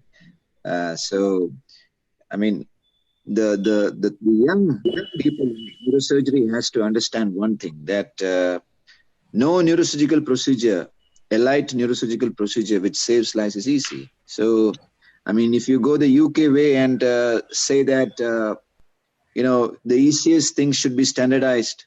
I mean, I am glad that these guys were not around when the drill, CUSA and things like that were introduced. They would be thinking about p-value. Some guy would go and screw the carotid, and then that would be the end of the drill. So unfortunately, this is what's going on in the world. They want everything to be easy. I mean, unlike in race car driving, people are driving at 400 kilometers an hour. And that's a skill that you need for race car driving. But what about neurosurgery? You want every vegetable seller to do neurosurgery and be safe on things. They say this is not safe. When you do something, they say this is not safe. This cannot be standardized. Why do you have to do this? But unfortunately, that's how neurosurgery is. So the young people, the sooner they understand this, the better they will be. It's in cadaver labs that we have to learn. And as Professor Goel pointed it out, I mean, you cannot say you are young. There's no freaking choice to say that you are young.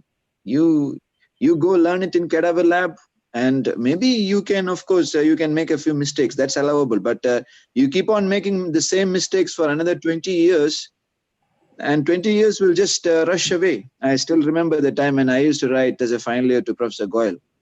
And it's almost 20 years now. So time will just rush through. And if you have the right attitude to learn what is complex, till the time it becomes less complex, things will be better. Otherwise, if you have an attitude that everything should be easy, it's not going to work. Now, I want to give one sentence to you, and you will be happy about it when I give you this sentence.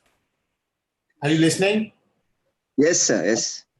So you please listen carefully. I want to give you one sentence, and I think John then will wrap up this show, because I still see many hands. It may go on for a long time, but I want to wrap up this show after one sentence. That sentence is, and I will be the most happiest person to hear that, I want to remove this word decompression from the face of neurosurgery. Yeah, absolutely. Okay, gentlemen and boys and girls and senior and young neurosurgeons and my friend from Romania, my dear colleagues from Iraq who are working with me at present. They are three young, very fantastic young and potentially, I will say, you know, one of the most, I have loved talking to these three Iraq boys like I have never loved. I talk to them so much. I tell them magic, this, that, and they are so, I'm really very happy to have my Iraq friends. There is one Egyptian young boy in the audience, and there are Iraq, please raise your hand, my Iraq friends. Please raise your friend. That is my Iraq group. My young friend from Romania, Andre, please raise your hand. And this young boy from Romania, believe me, he's the next king of Romania in neurosurgery. This young boy is very talented. And he spent months after months with me. And I know the talent of this boy. And I can tell you these three Iraq boys, they will be kings of Iraq. They will be Saddam Hussein of Iraq in future. And this, you know, I wish you all the best. And I hope, and I will definitely like to come after a few weeks and talk to you on another wonderful subject of neurosurgery. Thank you very much, friends. Bye-bye. Thank you. Okay. Thank you also have a visitor from the Ivory Coast, Doc. What's that? You also have a visitor from the Ivory Coast in Africa. Oh, really? Yeah, you didn't. He didn't introduce himself. Can you please introduce yourself to Dr. Goel? Well, I guess you can't hear me there, but you have a visitor from the Ivory Coast. No, it's not from Ivory Coast, from Zimbabwe. Oh, Zimbabwe. Okay, I'm sorry. Dr. Mba from Zimbabwe. Yes. Greeting, Professor Goel. Thank you very much. Okay, there's also one from the Ivory Coast, but he can't talk. Okay, Doc, thank you very much for everything. Thank you, everyone, each and everyone, for spending the Sunday evening with me.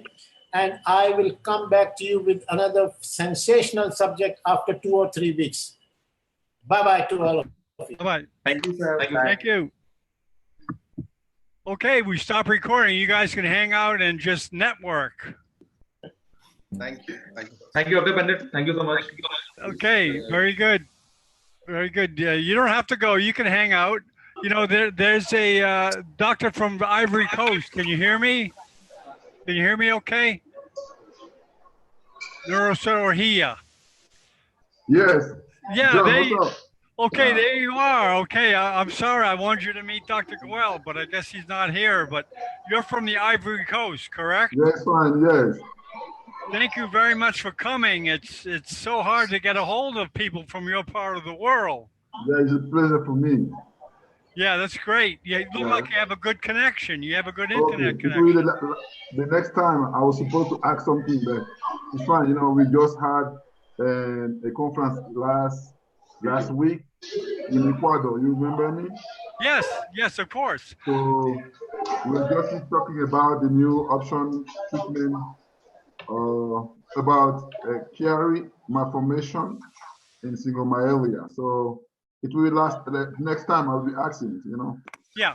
He's talking in 2 weeks, but also we'll have a talk next week, and also the Sudan is having a grand rounds probably on Tuesday. I don't know if you want to come to it, but if you're on the mailing list, you'll get notices of all the presentations as well as a link on how to get in. All you guys that are on the mailing list will get links to come into every conference that we have. So you'll have the opportunity. I know that neurosurgeons are busy. They can't come to all of them, but you're certainly welcome to come ones that you're available to come to. So okay, thanks. Very good. Okay, there's Victor. Victor will be talking next week. Victor, can you give us a little preview of what you're going to talk about next week? You're muted, Victor. Let me get you unmuted here so you can tell the audience what you're going to talk about. Victor, unmute yourself. Click on the left. Hello, everybody. There you go. Hello. I'm going to talk about the vascular anatomy of the spinal cord. I want to show you the arterial and venous system of the spinal cord. There are very beautiful pictures and some videos that I want to show you next Sunday.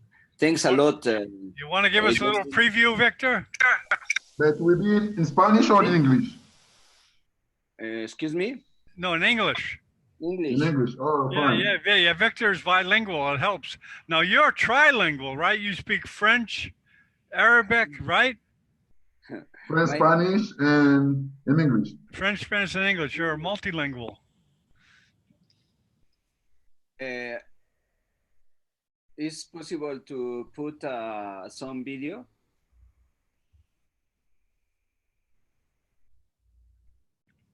John Bennett? Yes, it's hard. I don't know. You can try it. Or I can show you. I can send you this video later. Okay, no, you don't have to do it. You don't have to do it. I just thought you might want to show people that. But you guys have to see Victor's presentations. He has excellent video, excellent pictures. I mean, he injects latex into the arteries, so they're very easy to distinguish. Why don't you tell him, Victor, what's different about your presentations?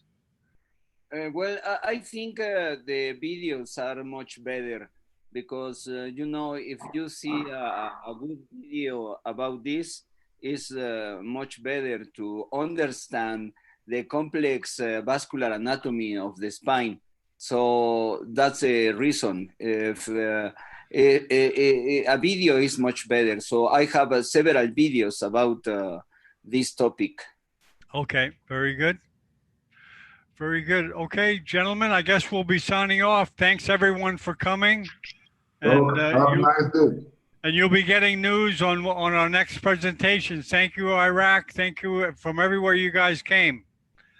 Okay, we'll see you next time. See you next time. Bye-bye.